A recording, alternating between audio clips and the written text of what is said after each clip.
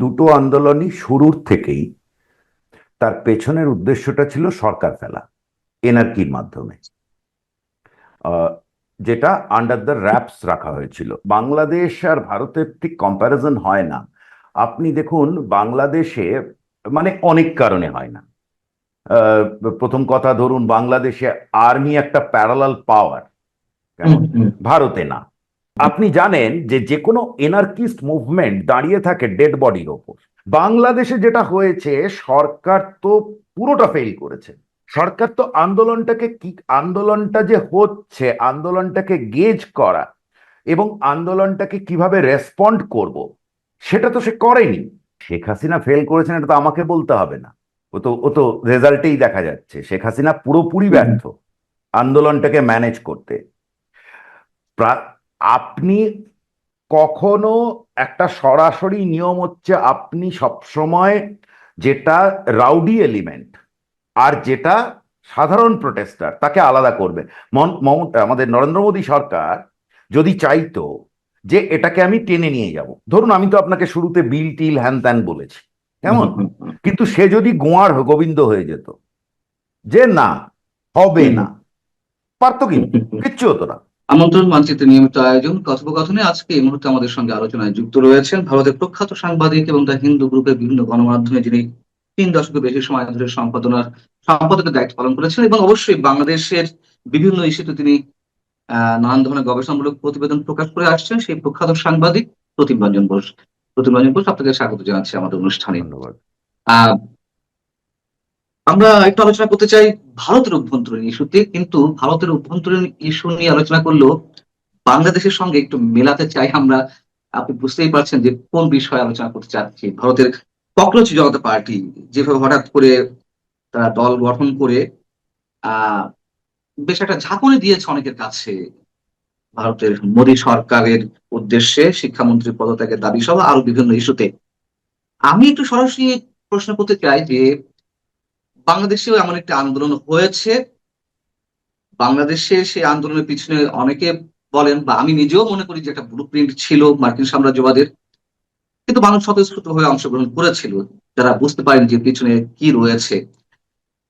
ভারতের যে আন্দোলনটি হলো সেটি আমরা জানি না যে তার পিছনে কি ধরনের উদ্দেশ্য ছিল, শুধুই শিক্ষা নিয়ে আন্দোলন কিনা। আপনার কাছে জানতে চাই যে বাংলাদেশের 24-এ যে আন্দোলন আর ভারতে যে গতকাল যে আন্দোলনের সমাপ্তি ঘটলো সেটির মধ্যে সিমিলারিটি অথবা ডিফারেন্সটা কোথায়? ধন্যবাদ মঞ্জুরুল। সিমিলারিটি হচ্ছে দুটো আন্দোলনই শুরুর থেকেই তার পেছনের উদ্দেশ্যটা ছিল সরকার ফেলা এনআরকির মাধ্যমে, আহ, যেটা আন্ডার দ্য র্যাপস রাখা হয়েছিল। আমি কথা বলেছি জেনজি, মানে এটা আমাদের ক্ষেত্রে এবং বাংলাদেশের ক্ষেত্রেও এটা মূল সুতোটা বাইরের ছিল। এবং আহ, আমাদের ক্ষেত্রে আমরা দেখেছি যে একদল ছেলে মেয়ে, আমরা যেটাকে বলছি ডায়াসপোরা ড্রিভেন, মানে একদল ইন্ডিয়ান ছেলে মেয়ে, তারা হঠাৎ করে চলে এসেছিল এবং তারা কিন্তু বলছে সরকার ফেলতে হবে, কেমন, ভেতরে ভেতরে, আচ্ছা। মানে মাইকের সামনে না কোনো। তো আহ, এটা ছিল মূল উদ্দেশ্য। এখন এটা কেন, সেটা তো এনার্কির জায়গাটা তো আমরা বুঝি। এবার ভারতবর্ষ আর বাংলাদেশের ভেতর একটা মূল তফাৎ হচ্ছে, ভারতবর্ষে সরাসরি নির্বাচন হয়, নির্বাচনের মাধ্যমে দল জেতে।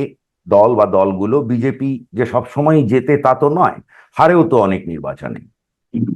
তো আহ, তো এর মাধ্যমে কি হয় যে আপনার কিন্তু এখানে এনার্কি করে সরকার ফেলে দেওয়াটা এভাবে হয় না আমাদের দেশে।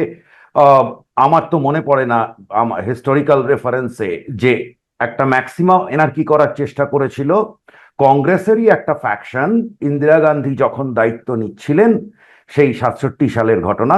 তো এটা কংগ্রেসের ভেতরকার ব্যাপার ছিল মূলত, যেটা তারপরে গিয়ে জনতা পার্টির রূপ নেয়। এবং যখন এনার্কিটা একটা জায়গায় চলে যায়, আহ এখানে অনেক রকমের হিসেব থাকে। যেমন আন্দোলনটা ছিল মূলত দিল্লিতে, দিল্লির বাইরে আর কোথাও যায়নি, কেমন? আর দিল্লি কিন্তু বিরাট বড় শহর, মানে আহ কলকাতার থেকে প্রায় 7-8 গুণ বড় শহর আচ্ছা। দিল্লি। হ্যাঁ। তো সেখানে একটা জায়গায় যন্তর মন্তর, ওটা হচ্ছে সমস্ত ধরনের এজিটেশনের জায়গা।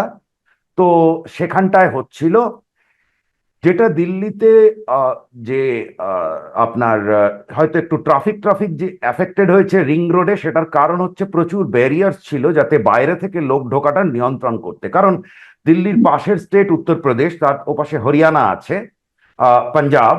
তো পাঞ্জাবে নির্বাচন আসছে এবং সেই নির্বাচনে আবার বিজেপি ইজ অ্যাডভান্টেজে আছে। কেমন?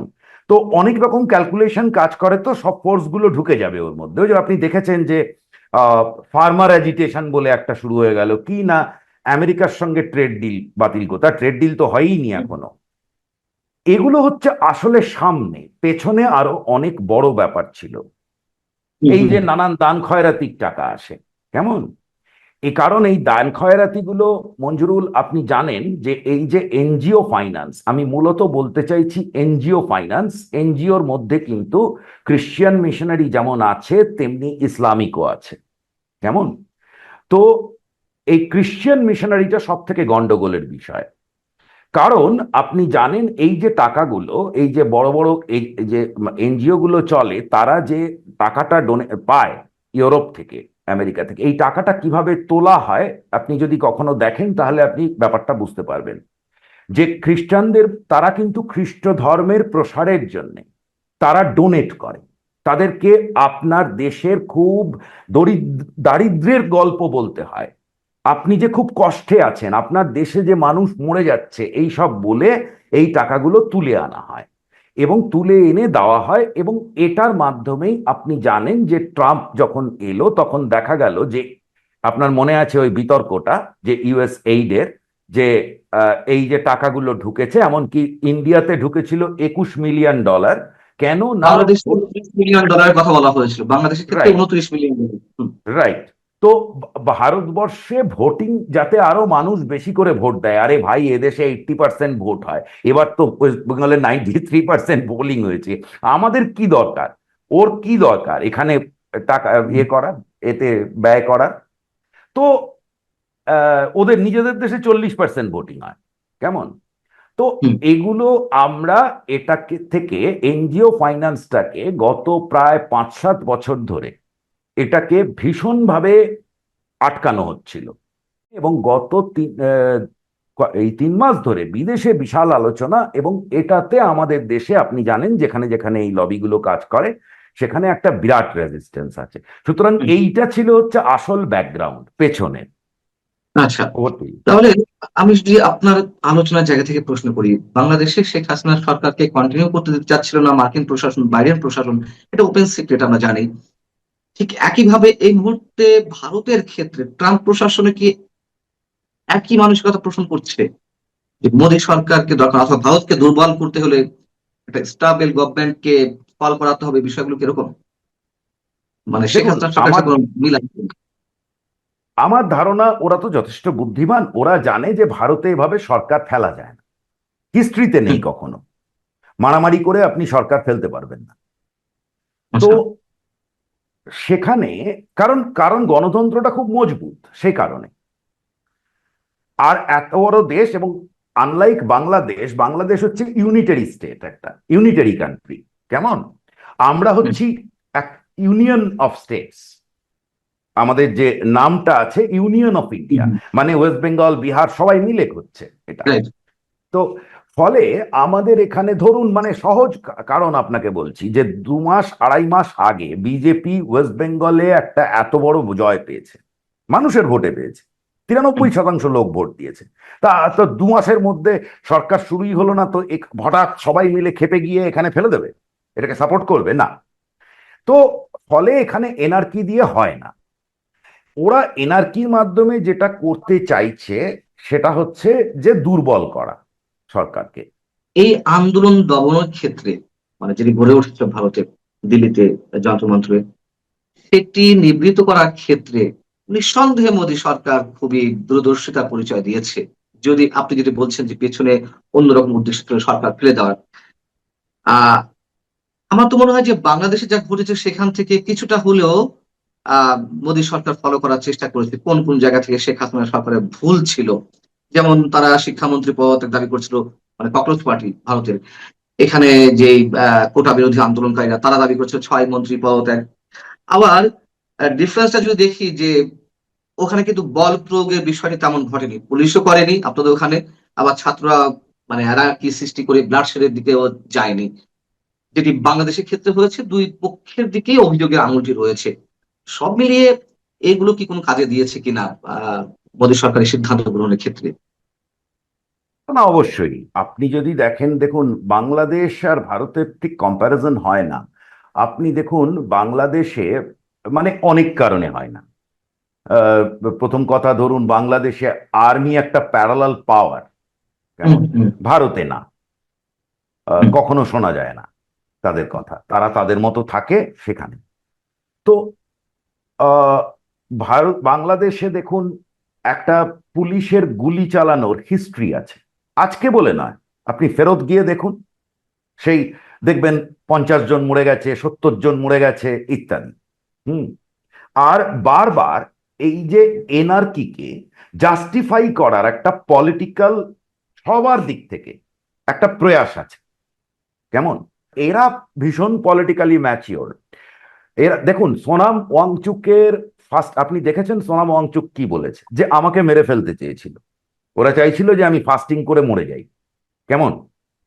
তো হুম হুম আপনি জানেন যে যে কোনো এনার্কিস্ট মুভমেন্ট দাঁড়িয়ে থাকে ডেড বডির ওপর, কেমন? একটা ডেড হুম বডি পেতে হয়। তো এই সোনাম ওয়াংচুকের যদি কিছু হতো, এবং দেখুন যে সরকার কিন্তু, সরকার দেরি করেছে, আমি আবারও আপনাকে বলছি, সরকার দেরি করেছে। সরকার এই আন্দোলন অনেক আগে সমূলে শেষ করে দিতে পারত। কিন্তু যেই মুহূর্ত থেকে ওরা অ্যালার্ট হয়েছে, সঙ্গে সঙ্গে কোর্টে অ্যাপিল করেছে যে যাতে সোনাম ওয়াংচুককে ফোর্সফুলি মেডিকেশন দেওয়া যায়, কেমন? তারপরে হসপিটালে তুলে নিয়ে চলে গেল, এবং তারপরে সোনাম ওয়াংচুক তার ফাস্টিং ভেঙে দিল। তো এই যে জিনিসগুলো, আপনার ডেড বডিটা আপনাকে পেতে দেওয়া হলো না। দ্বিতীয়ত হচ্ছে, প্রচুর ন্যারেটিভ ছড়ানো হচ্ছিল, প্রচুর মিথ্যে গল্প ছড়ানো হচ্ছিল যে পুলিশ গিয়ে মেরে ফেলছে, গুলি করে করে দিচ্ছে।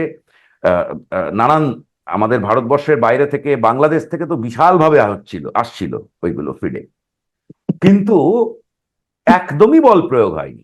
আমি যদি বলি যে ডিপ স্টেটের খেলা যদি হয়েই থাকে, তাহলে তারাও তো একটা এনার্কি সৃষ্টি করার জন্য ইন্ধন দিবে। তাহলে যে ছাত্ররা ছিল তারা এই কাজটা লুফে নিতে পারেনি কেন? যে সরকার ফেলে দেওয়ার উদ্দেশ্যে যারা ইন্ধন দিচ্ছিল, যারা সামনে ছিল, তারা হয়তো শান্তিপূর্ণভাবে আন্দোলন করছিল। বিহাইন্ড দ্য স্ক্রিন যারা ছিল, তারা এ ধরনের কোনো সুযোগ তৈরি করতে পারেনি কেন? ব্লাড শেডের দিকে যেতে পারেনি কেন? এইখানেই তো ম্যাচিওর্ড পলিটিক্যাল লিডারশিপ, হুম, দেশের লোকের সরকারের উপর আস্থা, এই সব জিনিসগুলো ম্যাটার করে যায়, কেমন? আমি তো আপনাকে বললাম যে দেখুন, হিস্টোরিক্যালি এনআরকি সৃষ্টি করে ভারতে সরকার ফেলা যায় না, তার ভোট কমে যাবে। এই যে হুম, কাণ্ডটা ঘটলো, বাম দলগুলো মূলত করেছে, কেমন? তো তাদের আরো অবস্থা খারাপ হবে, তাদের অপটিক্স খারাপ হয়ে গেল। তো এই যে এখানে বাংলাদেশ আর ভারতের এখানেই তফাৎ, তো যে ভারতে অনেক কাল আগে, হয়তো 70 দশকে ওরকম সময়, তার আগে হয়তো গুলি চলতো মিছিলে, আমার দু একটা, হুম, কিন্তু আমার কখনো মনে নেই যে বিরাট একটা লোককে গুলি করে হয়ে গেছে। বাংলাদেশে যেটা হয়েছে, সরকার তো পুরোটা ফেল করেছে। সরকার তার সরকার তো আন্দোলনটাকে কি, আন্দোলনটা যে হচ্ছে, আন্দোলনটাকে গেজ করা এবং আন্দোলনটাকে কিভাবে রেসপন্ড করব, সেটা তো সে করেনি। সে হুম, হুম। তার করেনি, মানে তার হাতের বাইরে বেরিয়ে গেছে একেবারে। সে আহ, মানে ইট ওয়াজ ভেরি, মানে সে চাইল্ডিশলি গোটা জিনিসটাকে হ্যান্ডেল করেছে, ভেরি ইচ্ছে করলে আনফর্চুনেট। ইচ্ছে করলে হাতের মধ্যে রাখতে পারতো কিনা, যেমন ধর্মেন্দ্র প্রধানের পদত্যাগের দাবি উঠেছে। একটু দেরিতে হলেও 4-5 দিন পরে এসে তার পদত্যাগটা গ্রহণ করা হয়েছে, পদত্যাগ পত্র, এবং তিনি পদত্যাগ করেছেন। এবং সেখান থেকেই স্বাভাবিকভাবে তাদের যে এক্সাইটমেন্ট একটু হলেও শিথিল হয়েছে, মোরালি তারা একটু ব্রেকডাউন করেছে। আহ, বাংলাদেশের ক্ষেত্রে সেটি হয়নি, যে 6 মন্ত্রীর পদত্যাগ দাবি করা হয়েছিল একটা পর্যায়ে এসে, সেটি তারা করেনি, বরং ইন্টারনেট বন্ধ ইত্যাদি ইত্যাদি অনেক কিছু ঘটলো। আমি সার্বিকভাবে যদি প্রশ্ন করি আপনার কাছে যে মানে একই ধরনের ব্লু প্রিন্ট যদি হয়ে থাকে, তার পেছনে যে কারণেই থাক না কেন, ভারতে অ্যানার্কি সৃষ্টি করে সরকার পতন ঘটানো যায় না, বা আরো অন্য না কারণ, বাংলাদেশে হয়তো তার বিপরীতটা। আপনি কি বলবেন যে মানে একই ধরনের খেলা ফেস করতে নরেন্দ্র মোদী সফল হয়েছেন আর শেখ হাসিনা ফেল করেছেন? না, শেখ হাসিনা ফেল করেছেন এটা তো আমাকে বলতে হবে না, ও তো রেজাল্টেই দেখা যাচ্ছে শেখ হাসিনা পুরোপুরি হুম, ব্যর্থ আন্দোলনটাকে ম্যানেজ করতে। আপনি কখনো একটা সরাসরি নিয়ম হচ্ছে আপনি সবসময় যেটা রাউডি এলিমেন্ট আর যেটা সাধারণ প্রোটেস্টার তাকে আলাদা করবে। আমাদের নরেন্দ্র মোদী সরকার যদি চাইতো যে এটাকে আমি টেনে নিয়ে যাব, ধরুন আমি তো আপনাকে শুরুতে বিল টিল হ্যান ত্যান বলেছি, হুম, কেমন, হুম, হুম, কিন্তু সে যদি গোবিন্দ হয়ে যেত যে না, হবে হুম, না, পারতো হুম, কিন্তু হুম, হুম। কিচ্ছু হতো না। আমি আপনাকে বলছি, অনেকে হয়তো বলবে উল্টো কথা, আমি আপনাকে বলছি কিচ্ছু হতো না। হুম। আন্দোলন ডিফিউজড হয়ে যেত। না, যদি তাই কিন্তু হয়ে থাকে, আমি আপনার কথা মাঝখানে একটু প্রশ্ন করি। আমরা এর আগে ভারতে কৃষক আন্দোলন দেখেছি, যেটি অনেক বড় একটা দানাবাদ ছিল। আমরা নাগরিকত্ব সংশোধন আইনকে কেন্দ্র করে দিল্লিতে প্রায় 70 জনের মতো নিহত হলো, আমি যদি ভুল না করে থাকি। তো সেগুলোর ক্ষেত্রে কিন্তু মোদী না, সরকার সেটা যেটা একটা বলা সেটা হচ্ছিল, একটা রায়ট তৈরি করেছিল। হ্যাঁ, সেটা একটা রায়ট আমি তৈরি কিন্তু বলছি করেছিল। যে 70 জন নিহত হয়েছিল যেভাবে হোক। তো মোদী সরকার সেসব জায়গায় নতি স্বীকার করেনি। আপনি যদি বলছেন যে ইচ্ছা করলে নরেন্দ্র মোদী তার না, জায়গায়। ফার্ম বিলের ক্ষেত্রে পেছিয়েছিল আচ্ছা, কিন্তু কৃষক। এক্ষেত্রে এই ককরোচ জনতা পার্টির ক্ষেত্রে কেন অনেকখানি নমনীয় হয়ে উঠলেন নরেন্দ্র মোদী, সব দাবিগুলো মেনে নিলেন? দুটো কারণে। প্রাথমিক কারণ হচ্ছে একটা সরকার বা রাজনীতি, আমি এটা আরেকজনকেও বলেছি যে রাজনীতিটা অন্তত আমাদের দেশে কোনো টি-20 গেম না, এটা একটা লম্বা টেস্ট ম্যাচ। হুম, একটা হুম, সেশন, একটা দিন খারাপ যেতে পারে, পরের দিন আবার উল্টে যাবে। কেমন, যেমন একটা উদাহরণ দিচ্ছি আপনাকে, যে এই যে আজকে আপনি দেখছেন তো, অনেকে দেখবেন আমাদের দেশে, আপনি জিজ্ঞেস করুন, অনেকে বলবে যে এই তো এত দিনে পেয়েছি, একটাকে পদত্যাগ করাতে পেরেছি, এবার এর পদত্যাগ হুম, করাতে হবে, ওর করাতে হবে, এই ইত্যাদি ইত্যাদি চলে। আমি হুম, মনে করি রাজনীতি তো আমি করি না, রাজনীতি যারা করছে তাদেরকে আমার রিড করাটা আমার দায়িত্ব, তাই তো? আমি মনে করি এটা। হাসিনার সেটার অভাব ছিল, ভীষণভাবে অভাব ছিল এই ফ্লেক্সিবিলিটিটার। তা না হলে সে 16 তারিখ, আমি আপনাকে, আপনার এখানেই আপনার প্রসঙ্গ, তা না হলে সে 16 তারিখ যে মুহূর্তে ওই ঘটনাটা ঘটেছিল, কেমন, আবু সাইদের। আবু সাইদের ঘটনা, আমি কোনো কন্ট্রোভার্সিতে না গিয়ে বলছি যে সেই ঘটনাটার পিছনে কি আছে, এখান থেকে কোথায় যেতে পারে, এটা জানতে পারাটা কোনো একটা স্টেটের কাছে যা ইনফরমেশন থাকে, আপনি আমি সারা জীবন ধরে ইনভেস্টিগেটিভ জার্নালিজম করলে তার 5%ও জানতে পারবো না, কেমন। তো এবার সেটা জানাটা তার কর্তব্য, এবং জেনে সঠিক সিদ্ধান্ত নেওয়াটা তার কর্তব্য।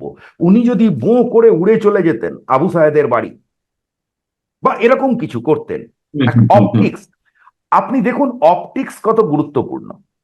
প্রধানমন্ত্রী মোদী, ও তো সোশ্যাল মিডিয়া স্টার চিরকালের, কিন্তু হুম, এবারে একটা ভিডিও করলো, সেটাতে প্রায় নাকের, সবাই খুব বেশি, যারা একটু বেশি বোঝে আর কি, তারা বললো এ হুম, নাকটা বড় দেখাচ্ছে, বুড়ো দেখাচ্ছে, হুম, নাকের হুম, লোম হুম, দেখা যাচ্ছে। আচ্ছা আপনি বলুন তো, ভারতবর্ষের প্রধানমন্ত্রী, তো তাকে তো ছেড়েই দিন, বাংলাদেশের প্রধানমন্ত্রী যদি রাত 1টায় বলে আমি এখন একটা লাইভ করব, তার এই অ্যারেঞ্জমেন্ট করতে ঠিক ক মিনিট লাগবে? 5 মিনিটও লাগবে না। হুম, হ্যাঁ, টিভি চ্যানেলও দৌড়ে থাকবে এসে, যা চাইবেন সব আছে। তাহলে সে হুম, কেন রাত্রির বেলা একটা মোবাইল ক্যামেরায়, যেখানে তার নাকটা বড় হয়ে যাচ্ছে, সে কেন ওটা করলো? করলো কারণ কানেক্ট করার জন্য।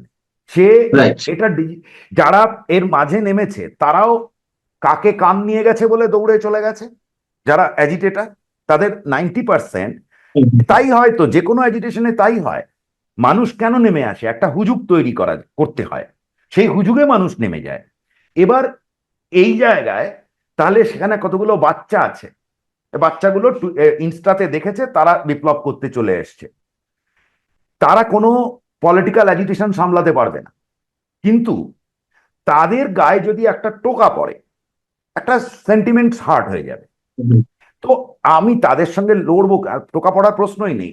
নরেন্দ্র মোদীকে ভোট পেতে হয়, নরেন্দ্র মোদী অত্যন্ত পপুলার প্রধানমন্ত্রী পৃথিবীতে, তার অ্যাপ্রুভাল রেটিং সবসময় হাই থাকে। সে কি করলো? সে সাধারণত যখন একটা ভিডিও শুরু করে, কোনো ভাষণ শুরু করে, সে বলে, হিন্দিতে বলে মিত্র মানে ফ্রেন্ডস, কেমন? এটাতে সে এসে বলল ফ্রেন্ডস, হাই ফ্রেন্ডস, নমস্কার টমস্কার হ্যান ত্যান ওইসব নয়, হাই ফ্রেন্ডস। কেন করছে? ওদের ভাষায় ওদের কাছে পৌঁছচ্ছে। হ্যাঁ, ইন্টারাকশনটা গ্রো করার জন্য, এই আর কি। হ্যাঁ, এবং সেই ভিডিওটা 24 ঘন্টায় 3 মিলিয়ন ভিউ হয়েছে, আর কি চাই? এক্স্যাক্টলি। আমার শেষ প্রশ্ন, আহ অনেকেই মনে করেন যে বাংলাদেশে ডিপ স্টেটের খেলা আংশিক সফল হয়েছে শেখ হাসিনা সরকারের পতনের মধ্যে দিয়ে, বাকি খেলা এখনো চলছে এবং তারা সেটি বাস্তবায়ন করার চেষ্টায় রয়েছে। আহ ভারতে কক্সবাজার জনতা পার্টির আন্দোলনকে কেন্দ্র করে, মানে যেমন আপনি বলছেন ডিপ স্টেটে খেলা ছিল, তারা এই চাচ্ছিল সেই চাচ্ছিল, আপনার কি মনে হয় যে এই আন্দোলনটা নরেন্দ্র মোদী যেভাবেই হোক তিনি সফল হয়েছেন স্তীমিত করার ক্ষেত্রে, কিন্তু ওই ডিপ স্টেটে খেলা বা মার্কিন প্রশাসনের আহ লক্ষ্য অব্যাহত থাকবে, নাকি তারা কিছু ঘটছে? আপনার কি মনে হয় যে না, এখানে এই ভয় কিছু করা যাবে না? মানে একেবারে সাদামাটা দাগে আমি প্রশ্নটা করছি। না, না, ভালো প্রশ্ন, খুব ভালো প্রশ্ন। প্রথম কথা হচ্ছে, এটা প্রথমবার নয়, লোকে ভুল করছে। 2000, দেখুন, মানে আমি খুব শর্টে বলছি, আমেরিকা 2012 থেকে তার চায়না স্ট্র্যাটেজি বদলাচ্ছে। এই প্রত্যেকটা আপনি যদি পেছনে ফিরে গিয়ে দেখেন, ট্রাম্প কোনো অ্যাবারেশন না। যদি আমরা অন্যরকম, আমি ভারতের কথাও বলছি, সেও যদি অন্য কিছু ভেবে থাকে সেটা অন্য। ওরা কিন্তু একটা কাঠামোগতভাবে স্ট্র্যাটেজি চেঞ্জ করেছে, এবং সেটা তার পেছনে প্রায় 10 বছর ধরে তার পেপারস আছে, অমুক আছে, আলোচনা হয়ে উঠে এসছে। এখন আপনি খেয়াল করে দেখুন যে বাইডেনের সময় থেকে, যখন আহ, শুরু হয়েছিল 2017, ট্রাম্প তখন ছিল, চায়নার এগেনস্টে ট্যারিফ বসানো শুরু করলো। বাইডেনের সময় এসে ভারত আমেরিকা সম্পর্ক কিন্তু খারাপ হতে শুরু করলো, কেমন? হুম, হুম। এবং এবং তারপরে আমরা খারাপ শব্দটা ব্যবহার করলাম কারণ এটা চলে। এমনকি ট্রাম্পের সময়ও, শেষে কোভিডের সময় ট্রাম্প একখানা হুমকি ছেড়েছিল, লোকে তখন পাগলামি ভেবেছে ওই হুম, ক্লোরোকুইনের জন্য। তো এবার আস্তে আস্তে দেখুন এখন কোথায়, যে ট্যারিফ ওয়ার, ও মনে করছে যে ভারত ওর অর্থনীতির উপর একটা আশঙ্কা, সুতরাং হুম, হুম। ও ভারতের অর্থনীতিকে মেরে ও বড় হবে। আমি এটার মধ্যে কোনো খারাপ জিনিস দেখি না, তো এটা তার আকাঙ্ক্ষা, আমাকে ওকে কাউন্টার করাটাই আমার কাজ। এবার প্রশ্ন হচ্ছে, সুতরাং সে আপনাকে দুর্বল করতে চাইবেই, যুদ্ধ যতটা সামনে হয় পেছনে হয় অনেক বেশি, তো সেটা করবেই সে। এবং গত কিছু বছরে, এই যে ধরুন, যখন আপ উঠে এলো, আপকে নিয়ে একটা, তখন থেকে কিন্তু প্রশ্ন চলছিল যে এটা ফোর্ড ফাউন্ডেশনের প্রজেক্ট, কেমন? আপনি পার্টি, তো হ্যাঁ। তো তারপরে আপ কিন্তু দেখুন 2015 থেকে হুম, আপের কিন্তু, আপ দিল্লিতে ক্ষমতায় এলো, খুব দারুণ একটা বিশাল চেকে টেকে বসলো 10 বছর। তখন একটা সময় মনে হচ্ছিল যে আপই ভারত দখল করে ফেলবে, মানে কংগ্রেসকে সরিয়ে আপ হবে বিরোধী, এরকম মনে হচ্ছিল। হুম। হলো না, কিন্তু হলো না। আবার দেখুন, আপ এলো, তারপরেই ফার্ম বিল নিয়ে একটা এমন হলো কাণ্ড, কেমন? দিল্লিতে বিশাল, এবং সময়টা দেখুন, সেই সময় আপনি যে সিএ রায়টটা বললেন, সেটা হুম, কোন হুম, হুম। সময় হলো? যখন ট্রাম্প ভারতবর্ষে এসছে। রাইট। প্রত্যেকটা কোনো জিনিস এমনি এমনি হয় না। তো সুতরাং এগুলো যে চেষ্টা চলছে না তা নয়, এবং এই যে প্রত্যেকবার হচ্ছে না, তার মানে হচ্ছে যে প্রত্যেকবার আবার আমরা জিততে জিততে আসছি, কেমন?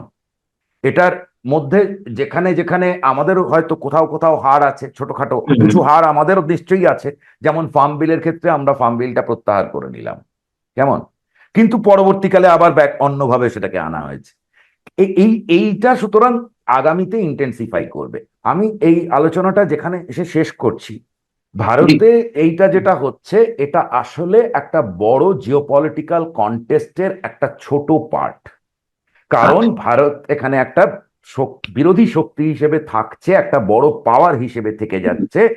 ওরা ভাবছিল লড়াইটা দুভাবে দুজনে মিলে ঠিক করবে, দুজনে মিলে হবে রাইট। না, এই জন্য এত অনেক কিছু ঘটনা ঘটবে। অনেক অনেক ধন্যবাদ সাংবাদিক প্রতিনিধি বলছি আপনাকে। আপনি ভালো থাকবেন। দর্শক আপনারা যারা শুনছেন, নিশ্চয়ই আপনারা ভালো থাকবেন। আল্লাহ হাফিজ।